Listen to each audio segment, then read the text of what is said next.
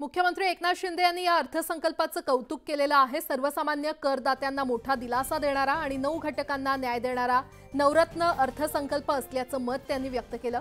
महाराष्ट्र काही देशाच्या बाहेर नाही, त्यामुळे आजच्या अर्थसंकल्पात ज्या योजनांची घोषणा करण्यात आली आहे त्याचा लाभ महाराष्ट्रातील जनतेला देखील होणार असल्याचं मुख्यमंत्री शिंदे म्हटले।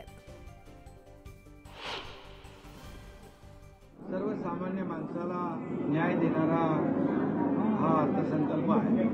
सर्वसामान्य माणूस केंद्रबिंदू मानून या ठिकाणी हा अर्थसंकल्प सादर केला आहे। याच्यामध्ये 9 घटक, विशेष करून 9 घटकांना न्याय देणारा हा नवरत्न अर्थसंकल्प म्हटलं तर वावगं ठरणार नाही।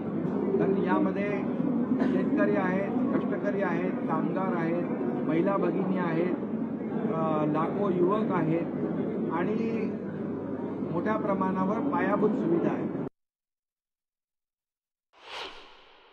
गेल्या 2 वर्षामध्ये आम्ही जे काम केलं महायुती सरकारने ते आपल्या समोर आहे। आणि महायुती सरकारने जे प्रकल्प बंद पडलेले, महाविकास आघाडीने बंद पाडलेले प्रकल्प आम्ही सुरू केले, पुढे नेले। अटल सेतू, समृद्धी मार्ग, कोस्टल हायवे, मेट्रो, कारशेड, किती सांगू तुम्हाला। आणि हे सगळे प्रकल्प बंद पाडले होते, स्पीड ब्रेकर ठोकून ठेवले होते, सगळे स्पीड ब्रेकर उखडून टाकले, सरकारला पण उखडून टाकलं आणि योजना आम्ही सुरू केल्या। केंद्र सरकारने डबल इंजिन सरकार, केंद्राने देखील आपल्याला मदत केली त्यामध्ये। त्याचबरोबर कल्याणकारी योजना आपण विकासही केला आणि कल्याणकारी योजना आणून सर्वसामान्य माणसाचं कल्याण करण्याचा देखील आपण निर्णय घेतला। आणि म्हणून या येत्या विधानसभेत देखील सरकार महायुतीचंच येणार। या कामाच्या बलबुत्यावर या कामाची पोचपावती जनता देणार आणि पुन्हा या ठिकाणी केंद्र सरकार डबल इंजिनचं हे या राज्याला देखील आम्ही जे जे मागितलं ते दिलेलं आहे। ते जे आवश्यक आहे ते आम्ही मागणार आणि ते मिळणार। विरोधकांना माझं एवढं सांगणं आहे, हा देशाचा अर्थसंकल्प आणि महाराष्ट्र काय देशाच्या बाहेर आहे का? या सर्व योजना या महाराष्ट्राला लागू आहे आणि आपण सगळ्यात मोठे करदाते आहोत। टॅक्स पेअर महाराष्ट्र जास्त टॅक्स भरतो आणि त्या करदात्यांना जास्तीचं टॅक्स भरणारे म्हणजे आपल्याकडे मोठ्या प्रमाणावर करदाते आहेत, त्यांना त्याचा लाभ होणार आहे।